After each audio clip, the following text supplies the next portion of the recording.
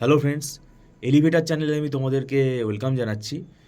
যারা 2027 সালে এমসিএতে অ্যাডমিশন নিতে চাইছো বা 2027 সালে যারা ওয়েস্ট বেঙ্গল জেকা এক্সাম দেবে, আমি তোমাদেরকে বলে রাখতে চাই, দেখো এখন থেকেই আমরা কিন্তু তোমাদেরকে অ্যালার্ট করছি যে 2027-এর জন্য তোমরা যদি জেকা এক্সাম দিতে চাও এখন থেকেই পড়া শুরু করে দাও, কারণ এই এক বছরের টাইম লাইনটা কিন্তু দরকার।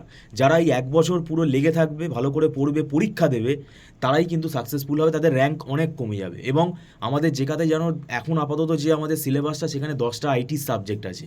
তো এই সাবজেক্টগুলো কিন্তু এক একটা সাবজেক্ট অনেকগুলো করে চ্যাপ্টার রয়েছে। তাই ধরে যদি পড়ো তাহলে কিন্তু দেখবে কনসেপ্ট ক্লিয়ার হবে, আর নেগেটিভ মার্কিং তোমার অ্যাভয়েড হবে। এবং নেগেটিভ মার্কিংয়ের জন্যই এখানে একটা পার্ট যেহেতু আছে, সেটা কিন্তু স্ট্র্যাটেজিক্যালি পড়তে হবে। আর আমাদের এখানে দেখো আমরা মান্থলি ফি সিস্টেমে পড়াই, তো সেক্ষেত্রে আমরাও পড়া শুরু করে দিচ্ছি।